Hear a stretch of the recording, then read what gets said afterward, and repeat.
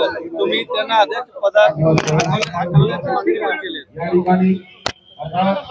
कसं आहे, गेले 25 वर्ष उद्धव ठाकरेंच्या हातामध्ये मुंबई महानगरपालिका होती आणि या 25 वर्षामध्ये मुंबईतला जवळजवळ 60% मराठी माणूस हा मुंबईच्या बाहेर फेकला गेला.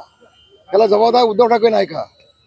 शिवसेना प्रमुखांनी मराठी माणसाच्या न्यायासाठी झगडणारी शिवसेना ह्या घोषवाक्यांनी शिवसेनेला जन्म दिला आणि उद्धव ठाकरेंनी मराठी माणसाला उद्ध्वस्त करून टाकला. हे वास्तव आहे आणि म्हणून मराठी माणसाचं नाव घेण्याचा भविष्यामध्ये त्यांना अधिकार नाही. नंबर 1. नंबर 2, कालच त्यांनी पत्रकार परिषद घेतली हिंदू हृदय सम्राट शिवसेना प्रमुख माननीय बाळासाहेब ठाकरे यांच्या स्मारकाबाबत.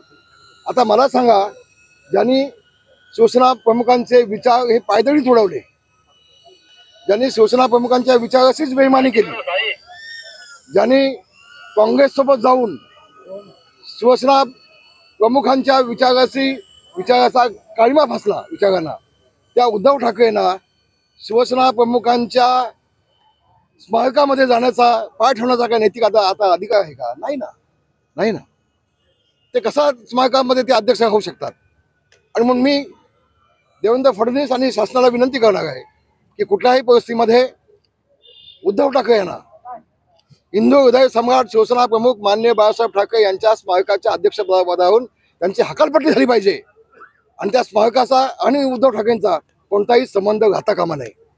याची जबाबदारी ही ह्या शासनाने घेतली पाहिजे. शिवसेना प्रमुख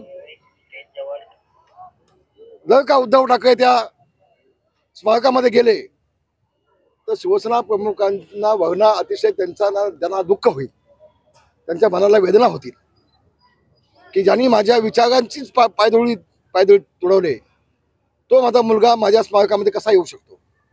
आणि म्हणून ही बाब होणं आवश्यक आहे, गरजेचं आहे. तिसरा मुद्दा असा आहे की आता आदित्य जाऊन प्रत्येक वेळेला देवाभाऊंना भेटतोय, त्यांच्या पाया पडतोय, त्यांना हात जोडतोय.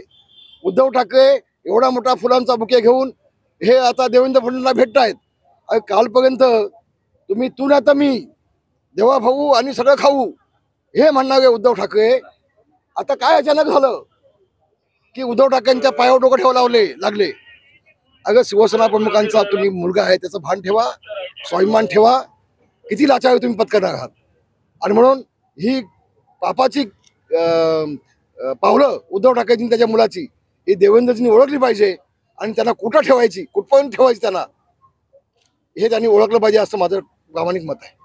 तुम्हाला काय वाटतं? मुंबई ते नागपूरपर्यंत महानगरपालिका आम्ही स्वतः लढवू असं देखील त्यांचा प्रश्न आहे, त्याच्यावरती आम्ही काय बोलणार? पण महायुतीत कुठे महाविकास आघाडीमध्ये कुठेतरी फूट पडताना आपल्याला पाहायला मिळालं. शरद पवारांनी पण नाराजगी व्यक्त केली आहे. आता बघा, तो त्यांचा प्रश्न आहे. तुम्ही जरा चुकीच्या माणसाला विचारताय. तुम्ही हा प्रश्न जो आहे तो राष्ट्रवादी, शरद पवार गट, काँग्रेस यांना जाऊन विचारलं पाहिजे की लोकसभेमध्ये तुमच्या मतांवरती निवडून आले, विधानसभेमध्ये तुमच्या मतांवरती निवडून आले, आता ते अशी भूमिका का मांडतायत?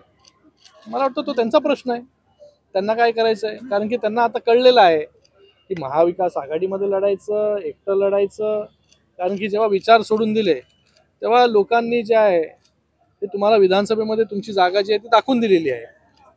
आता ह्या स्वबळावर लढा किंवा पुन्हा जे आहे बाबा हिंदुत्व जे सोडून दिलेले आहे, तुम्ही बाळासाहेबांचे विचार सोडून दिलेले आहेत, परत लोकांना भासवण्याचा प्रयत्न किती जरी केला तुम्ही, तरी लोक जे आहेत आता समजदार आहेत. लोकांनी आता समजून तुम्हाला प्रॉपर मतदान केलं.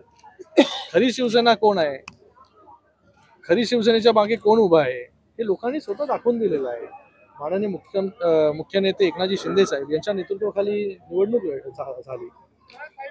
काही लोक वल्गना करत होते की आमची सत्ता आल्यानंतर जे आहे बर्फाच्या लादीवरती झोपू आणि सगळे मंत्रिमंडळ जी आहेत ही नमस्कार चालेल, मंत्रिमंडळाचा विस्तार झाला होता, कोणाला कुठलं मंत्रिपद द्यायचं हे झालं होतं, हॉटेल बुकिंग झाल्या होत्या, तर अशा सगळ्या गोष्टी झाल्या होत्या. तर मला वाटतं आता त्यांनी स्वबळावर लढावं, कसंही लढावं.